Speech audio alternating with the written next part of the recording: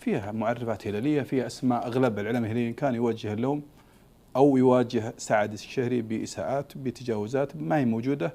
ولو كان الهدف فقط انتقاد وكان سعد الشهري في ذيك الفترة مخفق وحقق، يعني أنا أشوف أنه أكبر إخفاق حقق سعد الشهري أنه حقق الوصافة في أحد المنافسات، ومع ذلك يهاجم سعد الشهري. أنا اليوم أقول لك يا سعيد بهذا المنجز، لكن سعادتي على المستوى الإعلامي أنه في أسماء عادت على الأقل إلى جادة الصواب. أتمنى أن تستمر هذا الأمر. وبالنسبة لي أنا أقول لك يا سعد الشهري لم يكن يوم من الأيام متدربا، لم يقدم أعضاء الشرف على أنه مدرب. سعد أثبت براعته وجدارته واستحق اليوم، وبإذن الله أنه يواصل المسيرة حتى يحقق المجد الأخضر، وبالتوفيق السعد الأخضر. دياز كان كيتكلم يا اخي سعد الاعلام، سعد عاد